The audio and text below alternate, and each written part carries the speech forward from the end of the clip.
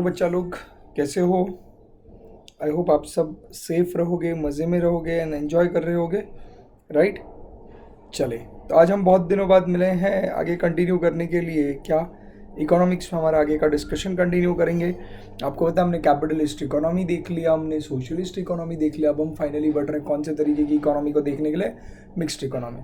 But अब यहाँ पे आपको समझना ज़रूरी है कि यहाँ पे सारी इकोनॉमी एक साथ मिक्स, दोनों इकोनॉमी का मिक्स बिहेवियर यहाँ पर दिखेगा। मेजॉरिटी वर्ल्ड के अंदर जो कंट्रीज़ हैं उसमें सारी की सारी कंट्री आज कहीं ना कहीं मिक्स्ड इकोनॉमी फॉलो करती है। अब आप बोलोगे सर प्रैक्टिकली तो हमें ऐसे नहीं लगता, बहुत ज़्यादा वेरिएशन दिखता है। चाइना देखो, यूएस देखो, अरब कंट्रीज़ देखो, तो थोड़ा हमें काफ़ी वेरिएशन दिखता है। बट आप जितनी अलग अलग कंट्रीज़ देखोगे वहाँ पे फॉर्म ऑफ गवर्नेंस अलग है। अलग अलग कंट्री में गवर्नेंस अलग तरीके से किया जा रहा है, कंट्री को गवर्न अलग तरीके से किया जाए। जैसे मैं बार बार कहता आ रहा हूँ, कहीं पे डिक्टेटरशिप है, तो कहीं पे आपका कम्युनिज्म टाइप ऑफ गवर्नमेंट है, कहीं पे प्योर डेमोक्रेसी है। दैट्स वाई भले चाइना हमसे ज़्यादा largest populated country in world China है, हमसे ज़्यादा पॉपुलेटेड है, पर फिर भी आपने अगर एक लाइन सुनी रहेगी तो India is the largest democracy in the world. अगर किसी कंट्री में डेमोक्रेसी है सबसे, मतलब obviously India being the second largest populated country and obviously हमारे इसमें डेमोक्रेसी, तो हम लार्जेस्ट डेमोक्रेसी बन गए इस दुनिया की। सेकेंडली बाकी देखोगे तो बाकी एंगल से कहीं ना कहीं हम लोगों का फ़र्क पड़ता है। मतलब गवर्नमेंट, जैसे अरब कंट्रीज़ में आप जाओगे स्पेशली, तो वहाँ पे आज भी आपको डिक्टेटरशिप मिलता है, पर काफ़ी कुछ जगहों पे अच्छा डिक्टेटरशिप है, कुछ जगहों पे बहुत ज़्यादा रिजिड और स्ट्रिक्ट है, राइट? जैसे ईरान वगैरह पहले काफ़ी जाना जाता था, या सऊदी अरेबिया के लिए पहले काफ़ी जाना जाता था एकदम स्ट्रिक्ट तरीके के एनवायरनमेंट के लिए। अभी वो भी थोड़े थोड़े लिबरल हो रहे हैं। फिर आप देखोगे कि नॉर्थ कोरिया एक ज़्यादा स्ट्रिक्ट डिक्टेटरशिप आ गया, एकदम ज़्यादा डिक्टेटरशिप के अंदर आ गया, मोनार्की के अंदर भी। तो आपको गवर्नेंस का फॉर्म हर जगह पे अलग मिलेगा। पर इकोनॉमी के एंगल से बात करें तो आपको मेजोरिटी हर एक कंट्री में आज के डेट पे जो इकोनॉमी मिलेगी वो मिक्स्ड इकोनॉमी ही है। अब आप पूछोगे सर मिक्स्ड इकोनॉमी कैसे आ गया? तो मिक्स्ड इकोनॉमी मतलब बेसिकली समझिए वो इकोनॉमी होती है जिसमें प्योर कैपिटलिज्म नहीं है, प्योर सोशलिज्म नहीं है, मतलब ना ही प्योर कैपिटलिज्म है ना ही प्योर सोशलिज्म है। तो हम उसे क्या बोलेंगे, क्या है? Mixed economy. अरे कुछ समझे? तो ना ही कैपिटलिज्म है ना ही सोशलिज्म है, दोनों थोड़ा थोड़ा है, उसको अपन क्या बोलता है? मिक्स्ड इकोनॉमी का नाम देता है। अरे जन मतलब थोड़ा कैपिटलिज्म थोड़ा सोशलिज्म वैसा, राइट? तो जहाँ पर दोनों का कॉम्बिनेशन आ जाता है, ऐसे इकोनॉमी को हमने नाम क्या दिया गया है? ऐसी इकोनॉमी को क्या कहा जाएगा? ये मिक्स्ड नेचर की इकोनॉमी, जहाँ पे कैपिटलिज्म और सोशलिज्म दोनों का थोड़ा थोड़ा प्रपोर्शन है। बट एक इंटरेस्टिंग बात ये बेटा कि देख, किसी को जैसे कैपिटलिस्ट अप्रोच ज़्यादा सही लगता होगा, किसी को सोशलिस्ट अप्रोच सही लगता रहेगा। लोगों की अलग अलग सोच होती है, लोग अलग अलग पर्सपेक्टिव से चीज़ों को देखते हैं, राइट? तो कहीं पे लोगों को कैपिटलिज्म ज़्यादा बेहतर लगता रहेगा तो लोग बोलेंगे नहीं यार कैपिटलिस्ट अप्रोच ज़्यादा अच्छा है। किसी को सोशलिज्म अच्छा लगता रहेगा तो सोशलिस्ट का फेवर करने वाला पर्सन रहेगा। पर बेटा अगर तू कैपिटलिज्म को फेवर करता है या तू सोशलिज्म को फेवर करता है, वो अल्टीमेटली तेरा ही चॉइस है, तो वो किसको फेवर करना है, राइट? बट द 100 बात की एक बात यह है कि आज की दुनिया में सिर्फ कैपिटलिज्म को लेके नहीं चल सकते, ना ही सोशलिज्म को। अगर आप सिर्फ कैपिटलिज्म को लेकर चलोगे या सिर्फ सोशलिज्म को लेकर चलोगे तो आप वन साइडेड हो जाओगे, पार्शियल हो जाओगे, आप दोनों मीन्स नहीं मैनेज कर पाओगे। Isn't it so?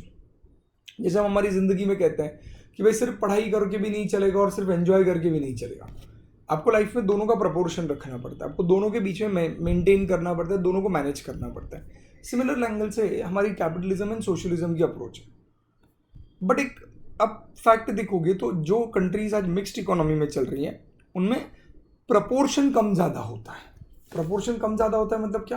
कहीं पे कैपिटलिज्म शायद ज़्यादा प्रपोर्शन में रहेगा तो सोशलिज्म कम रहेगा। जैसे फॉर एग्जांपल यूएसए में आपका बिजनेस एंटरप्राइजेस को ज़्यादा भाव दिया गया है, तो कहीं पर सोशलिज्म का प्रपोर्शन ज़्यादा रहेगा और कैपिटलिज्म का कम रहेगा। जैसे चाइना हो गया, चाइना में सोशलिज्म बहुत ज़्यादा है और कैपिटलिज्म कम है।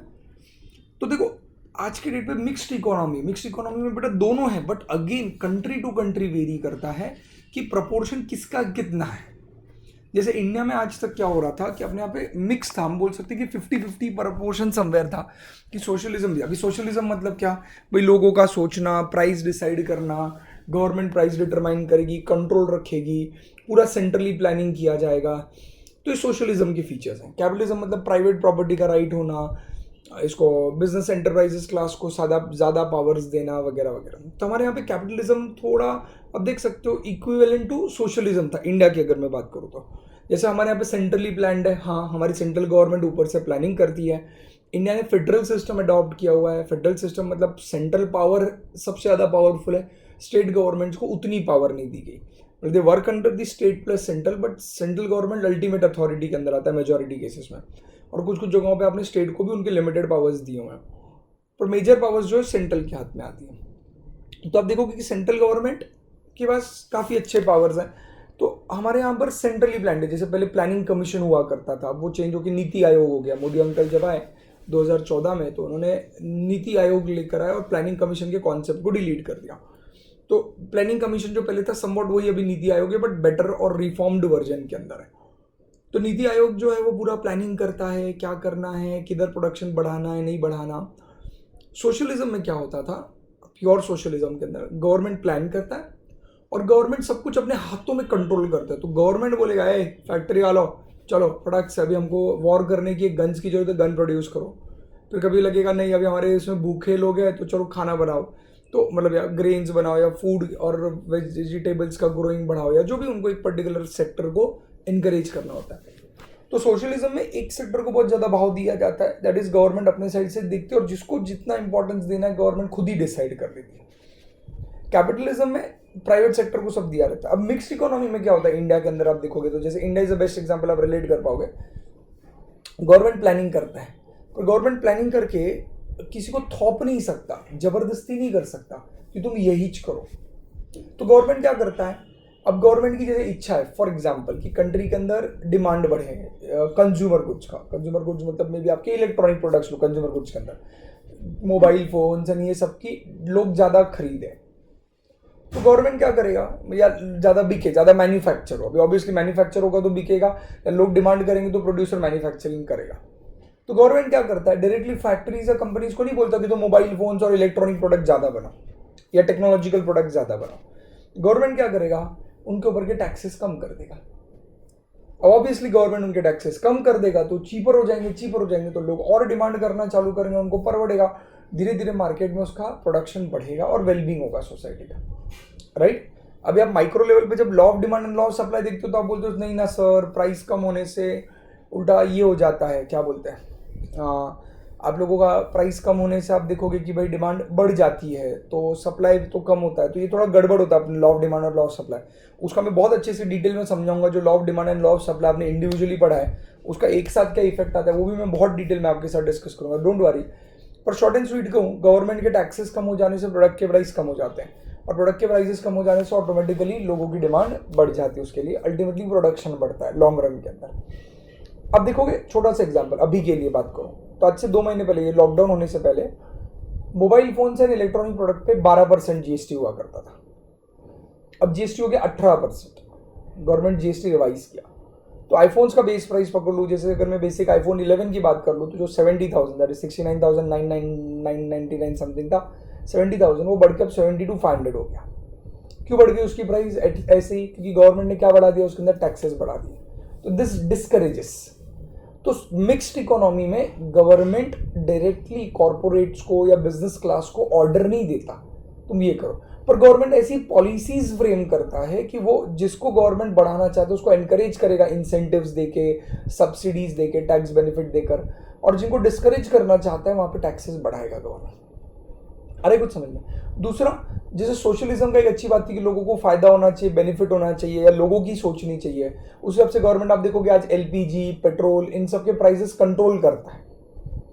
तो वहां पे गवर्नमेंट मतलब हर एक प्रोडक्ट का, अभी बाकी सारे इसको मार्केट फोर्सेस पे छोड़ दिया। मार्केट फोर्सेस मतलब डिमांड एंड सप्लाई आपस में खुद होके प्राइस डिसाइड कर लेंगे। तो आप देखोगे बाकी जगहों पे गवर्नमेंट ने खुद का जो ये था डिटर्मिनेशन था, या जो भी बाकी चीज़ें थी वो गवर्नमेंट ने खुद के हाथ में दे दी, और गवर्नमेंट ने प्राइसेस खुद के हाथ में ले ली। जैसे एलपीजी की प्राइसेस हो गए, सिलेंडर्स हो गए, पेट्रोल डीजल्स हो गए, जो गवर्नमेंट को लगता है इन्हीं इंपॉर्टेंट है जो हमारे लिए, जिसका इंपॉर्टेंस ज़्यादा है।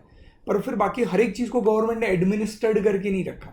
तो आपने सोशलिज्म में देखा रहेगा एडमिनिस्ट्रेड प्राइस एक फीचर हुआ करता था, कैपिटलिज्म में नहीं होता था। यहाँ पे दोनों है। मिक्स इकोनॉमी में कुछ कमोडिटीज़ के लिए गवर्नमेंट एडमिनिस्ट्रेड प्राइस करता है, कोल वगैरह में भी आप देखोगे जहाँ नेचुरल रिसोर्सेज का एलिमेंट आया, और बाकी जगहों पर नॉर्मल प्रोडक्ट्स पे गवर्नमेंट ने छोड़ दिया है, एडमिनिस्ट्रेटिव प्राइस रखा नहीं है।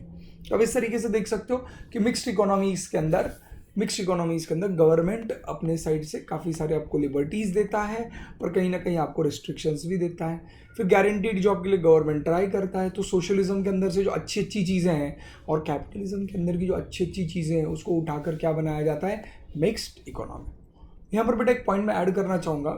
इस बार जो गवर्नमेंट ने कोरोना की वजह से कुछ डिसीजंस लिए जिसको मुझे भी पर्सनली लगता है जो मेरे हिसाब से हमें लेकर जा रहे हैं फ्रॉम सोशलिज्म, हमारी मिक्स इकोनॉमी में जो सोशलिज्म का प्रपोर्शन है उसको कम करके हम शिफ्ट हो रहे थोड़े कैपिटलिस्ट इकोनॉमी की तरफ। ये मेरा पर्सनल ओपिनियन है। जैसे अगर आपने अभी के अनाउंसमेंट सुने रहेंगे तो गवर्नमेंट ने जो निर्मला आंटी आई थी उन्होंने सीरीज़ ऑफ वो 20 लाख करोड़ के पैकेज के बारे में बताया था। तो 20 लाख करोड़ के पैकेज में 2-3 चीज़ें मैं पहले ही बता दूं कि उसके अंदर काफ़ी सारी चीज़ें गवर्नमेंट का फंडिंग नहीं है। 20 लाख करोड़ का पैकेज एक लॉलीपॉप दिखाया हुआ है अलग से, जहाँ पे गवर्नमेंट ये कह रहा है कि 20 लाख करोड़ रुपए का हम पैकेज लोगों को देंगे। 20 लाख करोड़ का पैकेज का ये मतलब होता है कि गवर्नमेंट आपको 20 लाख करोड़ रुपए पब्लिक को पैसा देगा। देखो, कोरोना की वजह से जो इकोनॉमी की परिस्थिति है वो एक तरीके से ऐसा है जैसे किसी इंसान के शरीर के अंदर का खून कम हो गया। तो अगर वो वीक हो गया, आज वो क्यों वीक हो गया, क्योंकि उसके बॉडी के अंदर ब्लड लॉस हो चुका है। हमारी इकोनॉमी में ब्लड मतलब मनी, हमारी इकोनॉमी में से पैसों का लॉस हो चुका है, राइट। क्योंकि इकोनॉमी में पैसा कम हो चुका है, आना बंद हो गया, कमाना बंद हो गया, जितना था उतना लोगों ने खत्म कर दिया खर्च के, क्योंकि डेली खर्चे तो अपने चल ही रहे। तो अमीर हो गरीब हो हर एक का कहीं ना कहीं डेंट हुआ है वो चीज़ का।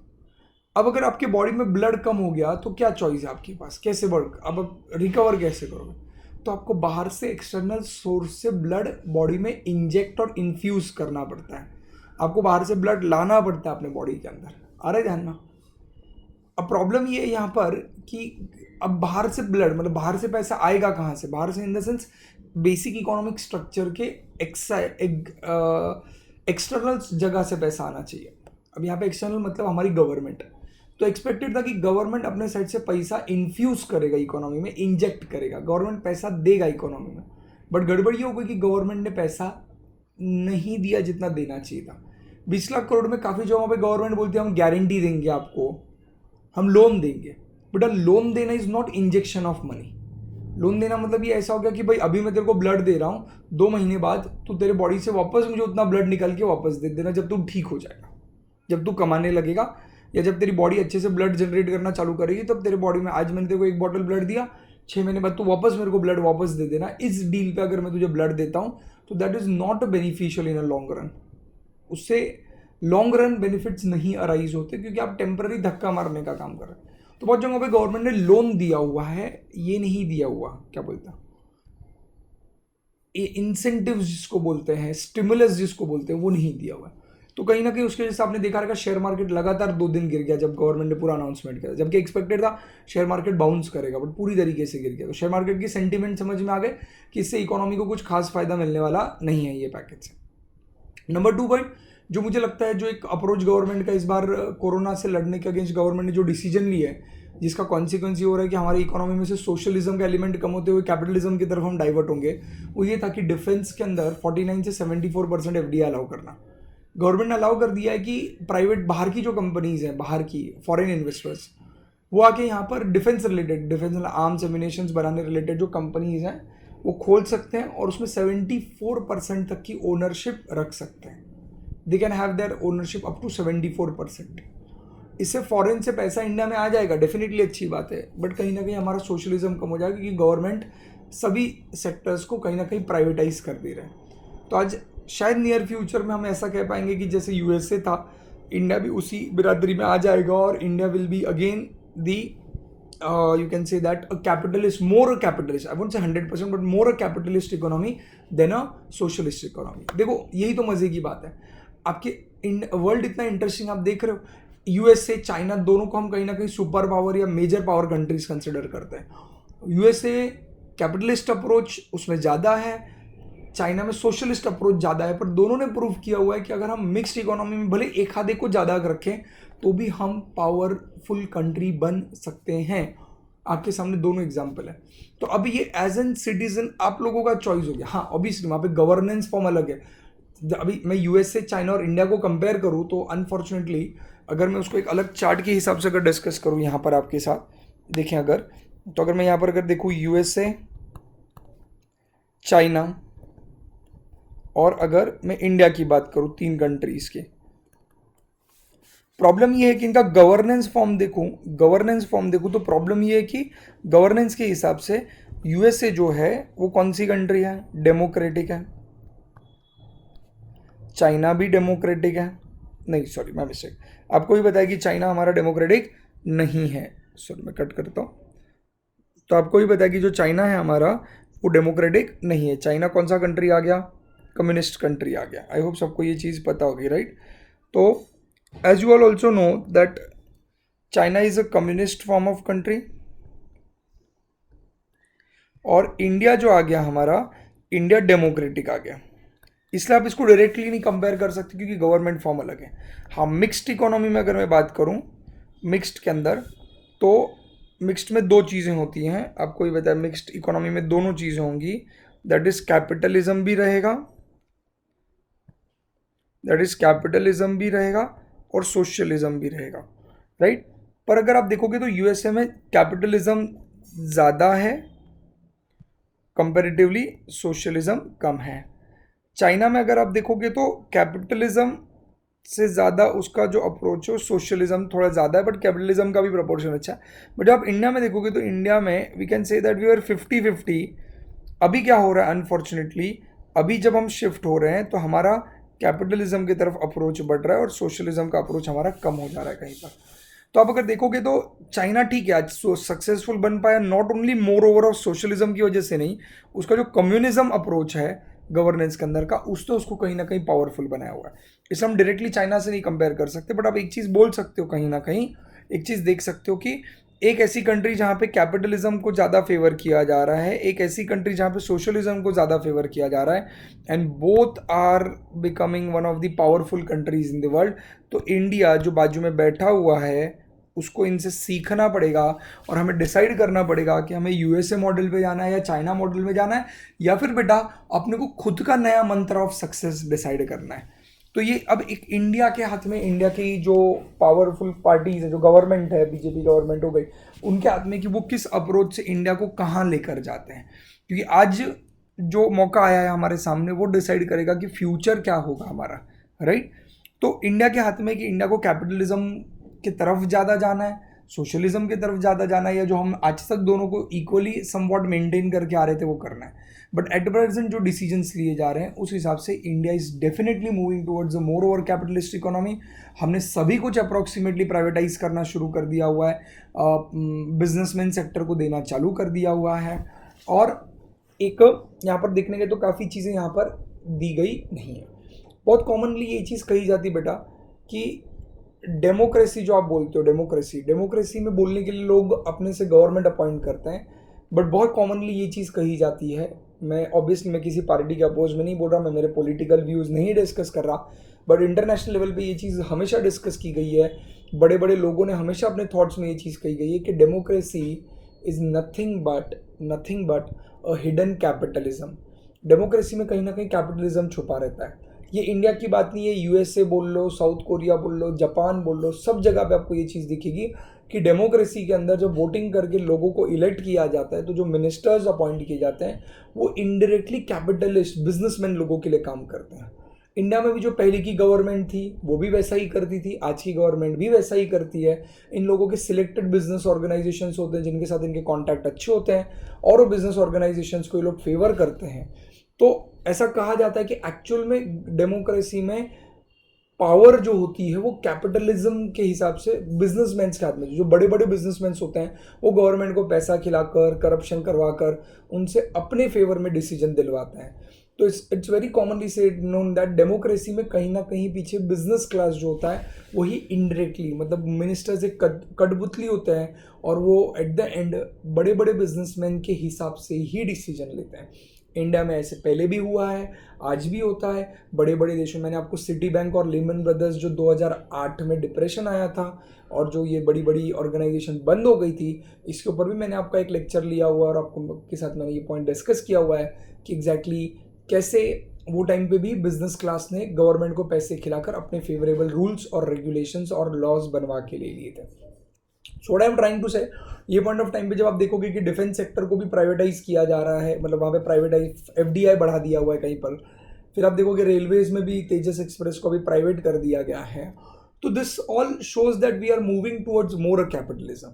अब ये सही है या गलत है मैं इस पे कमेंट नहीं दूंगा, मैं पॉजिटिव स्टेटमेंट दे रहा हूँ, नॉर्मेटिव स्टेटमेंट नहीं। आई होप आपको याद होगा, हमने पढ़ा था, मैं पॉजिटिव स्टेटमेंट दे रहा हूँ, मैं नॉर्मेटिव स्टेटमेंट नहीं दे रहा। चलो स्टार्ट करें, बढ़ जाएं आगे फटाक से। क्या सब लोग मेरे साथ हैं यहाँ तक? ग्रेट।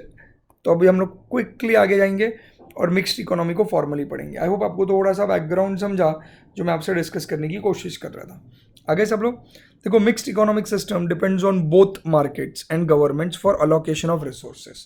दोनों पे डिपेंड करते हैं, गवर्नमेंट और आपकी मार्केट, मतलब बिजनेसमैन्स और गवर्नमेंट दोनों में रिसोर्सेज अलोकेट किए जाते हैं। कुछ रिसोर्सेज गवर्नमेंट खुद के कंट्रोल में रखता है, तो कुछ प्राइवेट लोगों के हाथ में देता है, तुम तुम्हारे हिसाब से यूज़ करो। In fact every economy in the real world make the use of both market forms. खुद ने ही बोल दिया है कि आज की दुनिया में हर कोई दोनों मार्केट फॉर्म्स यूज करता है। And therefore is mixed economy in its nature. बराबर क्या? इसलिए आप देख सकते हो, and therefore the mixed economy is in its nature. Done. In a mixed economy the aim is to develop the system which tries to include, क्या include करने की आप कोशिश कर रहे बेटा? Best features of both the controlled economy and the market. है वो आपको याद होगा, कंट्रोल इकोनॉमी मतलब सोशलिस्ट और मार्केट इकोनॉमी मतलब capitalist economy, while excluding the demerits of both. It appreciates the advantage of private enterprise. Obviously जो private capitalism के अंदर जो प्राइवेट एंटरप्राइज है, प्राइवेट प्रॉपर्टी है, इनको हम अप्रिशिएट करते हैं, अच्छे फीचर्स हैं, with their emphasis on self interest and profit motive. देखो एक चीज़ आप समझ लें, प्रॉफिट मोटिव को आप डिनाई नहीं कर सकते बेटा। मैं पहले से, आप जब 11th कॉमर्स में आए थे तब से मैं आपसे एक चीज़ कहता आ रहा हूँ, अगर कोई प्रॉफिट कमाता है तो जलस ना हो उसके लिए। हमारे यहाँ पर एक इंडियन मेंटालिटी है कि कोई प्रॉफिट कमाता है तो हम उसकी तरफ देखकर बहुत नेगेटिव अप्रोच से देखते हैं कि अरे प्रॉफिट कमा रहा है, अरे प्रॉफिट का। यूएसए में वैसे नहीं होता, डेवलप्ड कंट्रीज में जो एजुकेटेड लोग हैं उसमें ऐसे नहीं होता। एजुकेटेड लोग समझते हैं कि अगर सामने वाला कोई मेहनत कर रहा है तो उसको उसके मेहनत का फल मिलना चाहिए, अगर वो उसके एफर्ट्स दे रहा है तो उसको एफर्ट्स का बेनिफिट देना चाहिए। इसलिए वहाँ पे देखोगे जो छोटा छोटा लेबर क्लास भी, जो इलेक्ट्रीशियन तो चलो बहुत अच्छे लेवल के, मतलब नीचे वाले जो एकदम जो छोटे प्लम्बर हो गए, बेसिक वाले, बड़े प्लम्बर्स के नहीं, प्लम्बिंग का काम हो गया, इलेक्ट्रीशियन का काम हो गया, ड्राइविंग का काम हो गया, इवन ड्राइवर लोगों को वहाँ पे बहुत रिस्पेक्ट देते हैं। बाहर बाहर वो लोग वर्क को, एफर्ट्स को इज्जत देते हैं। वो लोग बोलते हैं नहीं यार ये मेहनत कर रहा है, ये अच्छा काम कर रहा है और इसको उसके मेहनत का फल मिलना चाहिए। तो प्लम्बर, इलेक्ट्रीशियन, कारपेंटर्स, जो बिल्डिंग कंस्ट्रक्शन में लेबर काम करते हैं, उन लोगों को वहाँ पे बहुत रिस्पेक्ट भरी नज़रों से देखा जाता है बाहर की जगहों पे, and they get the good amount, क्योंकि हम रिस्पेक्ट करते कि नहीं ये वो काम है। आज जो माइग्रेंट लेबर के साथ अपने इंडिया में हुआ वो दिखाता है कि हम लोग कितने इनसेंसिटिव है हमारे माइग्रेंट लेबर लोगों के लिए। लेबर लोग ही वो लोग हैं जो देश बनाते हैं, उनकी वजह से ही हमारा कंट्री चल रहा है, क्योंकि वो ग्राउंड लेवल पे काम कर रहे हैं। एक ने तो बहुत खूब कहा था कि भाई, एक लेबर ने बहुत अच्छे, आपने भी देखा रहेगा न्यूज़ में, बेचारा चिढ़ के बोलता है, बोले ये बीमारी लेकर आए अमीर लोग हैं और आखिर मर रहे गरीब लोग हैं, दिल्ली लोग मर रहे हैं। बट आप नहीं समझ पाते, हम लेबर लोगों को नहीं अप्रिशिएट कर पाए। हर एक स्टेट गवर्नमेंट, सेंट्रल गवर्नमेंट समझ ही नहीं पाएगी कैसे समझने, क्योंकि ऐसे टाइप के सिनेरियो आज से पहले कभी नहीं आया था, फर्स्ट टाइम आया। एंड दे कंप्लीटली, मैं कहूँगा सिस्टम अपना कोलैप्स्ड हो गया and government was unable to fight with the current situation. गलती किसी की नहीं है, सिचुएशन पहली बार आई थी, कुछ इंडिविजुअल लोगों की गलती रहेगी, बट उसके वजह से हम पूरे सिस्टम को क्रिटिसाइज नहीं कर सकते हैं। तो मेरा मुद्दा ये था कि लेबर लोगों को, वर्कर लोगों को वहाँ पर बहुत ज़्यादा रिस्पेक्ट दिया जाता है, तो वहाँ पे प्राइस अच्छा मिलता है, वेज अच्छा मिलता है। इंडिया में हमारे यहाँ पे क्या होता है, कोई कमाने लगा तो हम बोलते हैं यार ये बहुत गंदा है, ये कमा रहा है, लालची है, ये वैसा नहीं होता। एफर्ट्स को अप्रिशिएट किया जाता है। प्रॉफिट मोटिव ही इंसान को एनकरेज करता है इनोवेशन करने में। अगर तू कोई काम कर रहा है जिसमें तुझे प्रॉफिट मिलने वाला है तो तू कुछ उसमें नया इनोवेशन करेगा, नया कुछ लेकर आएगा। बट अगर तुझे उसमें प्रॉफिट नहीं मिलेगा तो शायद तू उसमें से नया इनोवेशन या कुछ नया लाना बंद कर देगा। बेटा आ रहा है समझ में? बढ़ू तो उन्होंने वही वहाँ पे लाइन कही गई है कि प्रॉफिट मोटिव को हम अप्रिशिएट करते हैं। Vast economic development in England and USA is due to the private enterprise. At the same time, it is noticed that the private property, profit motive and self-interest of the market economy may not promote the interest of the community as a whole. इससे क्या होगा? may not क्या नहीं promote होगा? पूरी economy का interest as a whole नहीं promote होगा, सोसाइटी का भला नहीं होगा, and government should remove these defects of the private enterprise. For this purpose government itself must run important and selected industries. इसलिए गवर्नमेंट कुछ सिलेक्टेड इंडस्ट्री खुद चलाता है, जैसे रेलवेज गवर्नमेंट के पास था, डिफेंस गवर्नमेंट के पास था, ताकि वो बेनिफिट कर सके लोगों का, राइट क्या. And eliminate the free play of profit motive and self interest, उसको हटा दे उसमें से.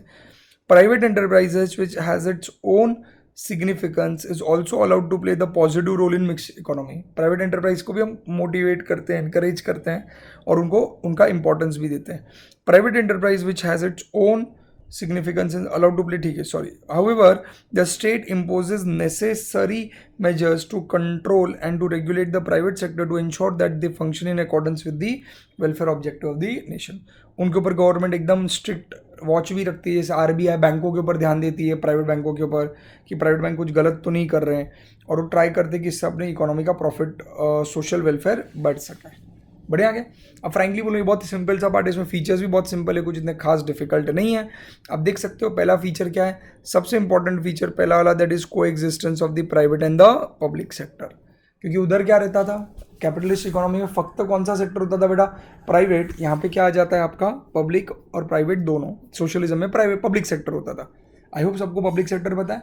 Public sector is a sector which is in which all business या business are governed by government, और प्राइवेट सेक्टर में are governed by the private enterprises. The first important feature of mixed economy is the coexistence of both public and private enterprise. In fact mixed economy, in a mixed economy there are 3 sectors of the industry. अभी देखो कौन से 3 sector हैं. एक कौन सा आया, private sector, आपको ही बताएं. Production and distribution in the sector are managed and controlled by the private individuals and the group. तो यहाँ पे सब कुछ कौन कंट्रोल करता है, प्राइवेट. जैसे आज अपन भाई तेरे को कल जाके फॉर एग्जांपल मोबाइल मैन्युफैक्चरिंग करना है, तो कल जाके शूज़ मैन्युफैक्चरिंग करना है, कल जाके तेरे को कपड़ा मैन्युफैक्चरिंग करना है, तो कल जाके कोई स्टील आयन मैन्युफैक्चरिंग की इंडस्ट्री डालनी है, तो कोई भी इंडस्ट्री डाल सकता है, प्राइवेट तेरी वाली. गवर्नमेंट से सिर्फ रूल्स एंड रेगुलेशन से वो तूने फॉलो करने के, you are allowed to do so. तो प्राइवेट एंटरप्राइज में प्राइवेट सेक्टर को अलाउ किया जाता है. Done. Industries in this sectors are based on a self interest, खुद का फायदा देखती हैं, एंड प्रॉफिट मोटिव होता है इधर की इंडस्ट्रीज का. This system of private property exist and personal initiative is given a full scope. तुम्हारी मर्जी तुमको कैसे काम करना है. हाउएवर द प्राइवेट एंटरप्राइज है इसमें भी रेगुलेटेड बाय गवर्न. देखो बहुत अच्छा वर्ड बोला, रेगुलेट. रेगुलेट करना मतलब क्या, ऊपर ध्यान देना उनके ऊपर, वर्किंग के ऊपर, directly and indirectly by the number of policy instrument. जो स्टार्टिंग में मैं डिस्कस कर रहा था, काफ़ी जगहों पे गवर्नमेंट डायरेक्टली बोलता है. जैसे छोटा सा एग्जाम्पल, अभी जब कोविड-19 का इशू हुआ तो गवर्नमेंट ने क्लियर कट बोल दिया क्या, एक्सपोर्ट बंद कर देने का. तो गवर्नमेंट डायरेक्टली तुमको रेगुलेट कर रहा है. कुछ जहाँ पे गवर्नमेंट आपको डिस्करेज करना चाहता है तो आपको डायरेक्टली नहीं बोलेगा, कुछ अलग रूल्स रेगुलेशंस बनाएगा. दूसरा क्या तेरा, public sector. Industries in this sector are not primarily profit motivated या ओरिएंटेड. जैसे BSNL हो गया, अपना महाराष्ट्र स्टेट इलेक्ट्रिसिटी बोर्ड्स हो गए, MSRDC रोड ट्रांसपोर्ट हो गए गवर्नमेंट के, ये सब हो गए, but are set up by the state for the welfare of the community, right. और तीसरा सेक्टर नाम ही कह रहा है क्या है, combined. A sector in which both government and private enterprise have equal access and join hands to produce the commodities and services and leading to the establishment of the joint sector, right. अभी जो मैंने आपको ये इसका example दिया, that is electricity का, MSCB का या MSRDC बस ट्रांसपोर्ट का, वो एक्चुअली कंबाइंड सेक्टर का एग्जाम्पल हो गया. देखो एक ऐसा सेक्टर जो पूरे प्राइवेट लोगों के लिए छोड़ दिया, जहाँ पे गवर्नमेंट हाथ ही नहीं लगाएगा. जैसे for example mobile manufacture, government ने बोला तुम ही करो, मैं तो आऊँगा ही नहीं. जैसे आपके FMCG ये बनाने के, क्या बनाने के, सोप्स हो गए, कॉस्मेटिक प्रोडक्ट हो गए, बिस्किट्स हो गए आप लोगों के, इजंट इट, ये सब खाने पीने वाले आइटम, टूथपेस्ट हो गए, ये सब चीज़ों में गवर्नमेंट कभी नहीं आया. इंडिया के गवर्नमेंट ने कभी टूथपेस्ट बना के नहीं बेचा. तो पूरा सेक्टर प्राइवेट के लिए है. मतलब इसमें ये पूरे सेक्टर ही, ये सेक्टर के अंदर जो गुड्स मैन्युफैक्चर होते हैं या जो सर्विसेज दी जाती है, सब प्राइवेट को दे दी, तुम ही करो, हम नहीं करेंगे. नंबर 2, दूसरा सेक्टर पब्लिक सेक्टर, मतलब वो सेक्टर जो प्योरली गवर्नमेंट के हाथ में, जहाँ पे किसको अलाउड है. जैसे अभी तक इंडियन रेलवेज था टेक्निकली. अनफॉर्चुनेटली आज 100% पब्लिक सेक्टर का कोई एग्जाम्पल नहीं रहा, क्योंकि हर जगह पे अभी थर्ड ऑप्शन आ चुका है, कंबाइंड सेक्टर. कंबाइंड सेक्टर मतलब वो सेक्टर में गवर्नमेंट प्राइवेट के साथ कम्पीट कर रहे हैं, दोनों काम कर रहे हैं. जैसे अभी BSNL, तो BSNL गवर्नमेंट का आ गया, सामने आपके पास रिलायंस जियो भी है, एयरटेल भी है, वोडा भी है, तो ये सब साथ में कम्पीट कर रहे हैं एक दूसरे के साथ। तो this becomes a combined sector. अब समझो मेरा वर्ड सेक्टर। सेक्टर मतलब एक region of goods and services, एक एरिया जहाँ पे आप गुड्स एंड सर्विस के बारे में जिस गुड्स की बात कर रहे हो, वो गुड्स का जो सेगमेंट है, पूरा एरिया मतलब सेगमेंट की बात कर रहा हूँ, that is nothing but the sector. जैसे रेलवे सेक्टर आ गया, तो रेलवे सेक्टर पूरा क्या है, पब्लिक सेक्टर था जब तक वो तेजस एक्सप्रेस प्राइवेटाइज नहीं किया।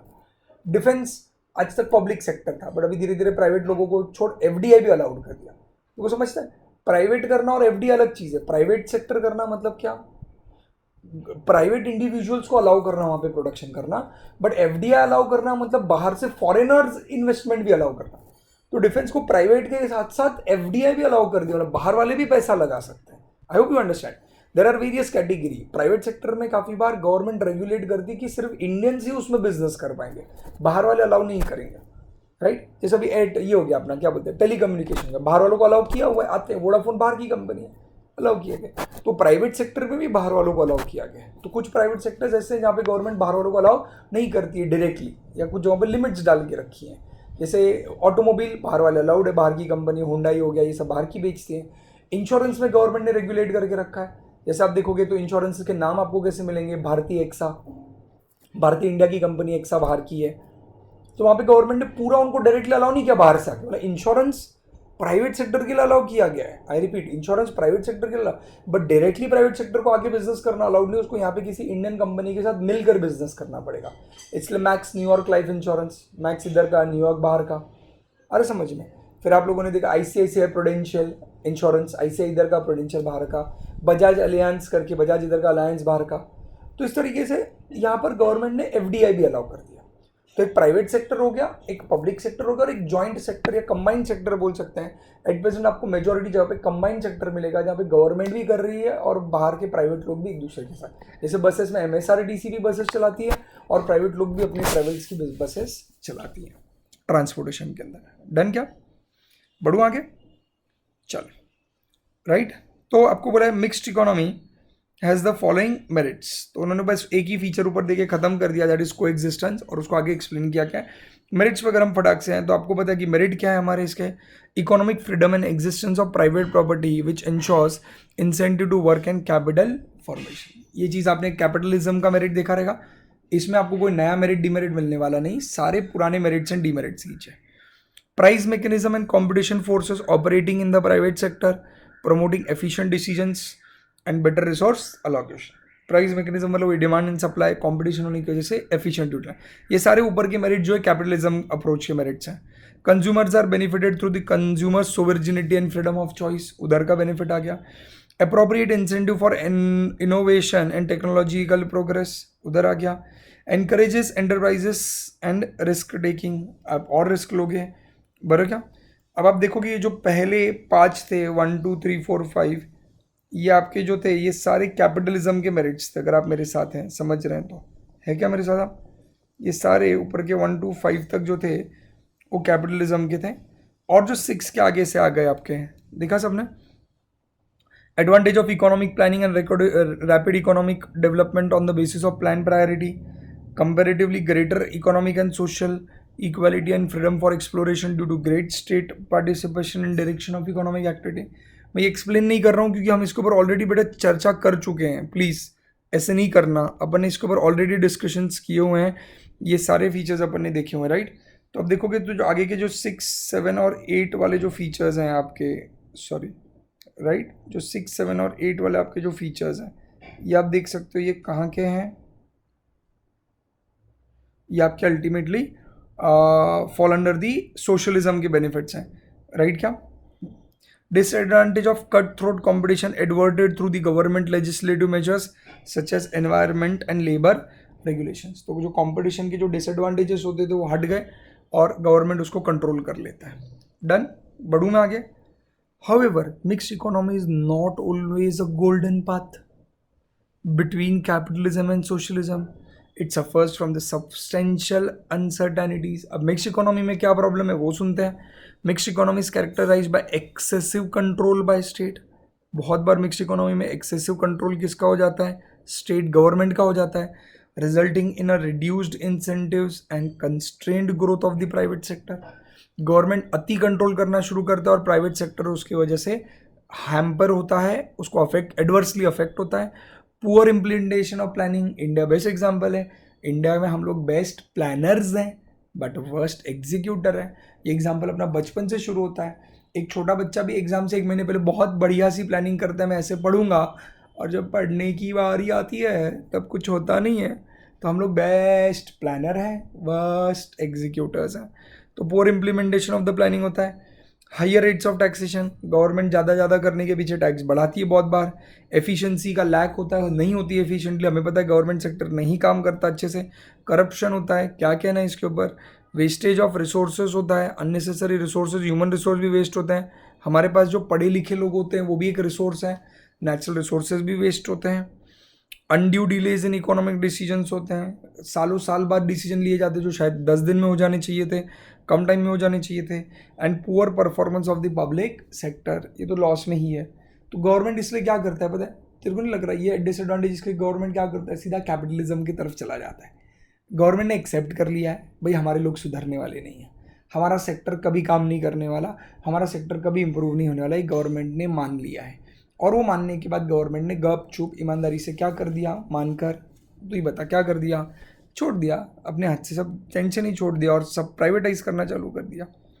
Moreover it is very difficult to maintain a proper balance between the public and private sector in the absence of strong government initiative. ये बड़ा इंपॉर्टेंट है, गवर्नमेंट उतना स्ट्रांग होना चाहिए। जैसे अगर आपने कभी देखा रहेगा सिंगापुर वगैरह जैसी कंट्रीज़ की अगर आपने स्टोरी पढ़ी रहेगी, तो गवर्नमेंट बहुत, दुबई हो गया, यहाँ पर लोगों ने ना, गवर्नमेंट जो थी वो टाइम पर उन्होंने ना बहुत ज़्यादा अग्रेसिवली अपने कंट्री के डेवलपमेंट पे फोकस किया।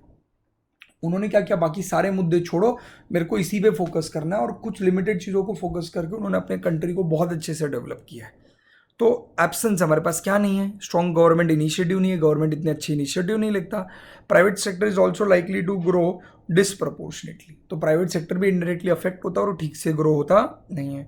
System would then resemble capitalism with all the disadvantages, automatically फिर सिस्टम आपका कैपिटलिज्म में कन्वर्ट हो जाएगा और बहुत सारे उसके अंदर के क्या आ जाएंगे, डिसएडवांटेजेस। डन, समझ में आ रहा है क्या, पक्का। तो इधर अपना चैप्टर कंप्लीट होता है। अब यहाँ पर हमने हमारा चैप्टर नंबर 1 पूरी तरीके से कंप्लीट कर लिया है। आई होप आपको समझा होगा, आई होप आपको एक अंडरस्टैंडिंग डेवलप हुई रहेगी। अब चैप्टर नंबर 2 से जो शुरू होगा वो आपका 12th का थोड़ा similar pattern but in depth पढ़ना शुरू करेंगे। This was something all together different. Fine, तो आज के लिए हम यहीं पर रुकेंगे। Take care of yourself, be good with others, you will get good in return, be positive, be motivated, try to be a good citizen of India. God is great, take care, bye bye.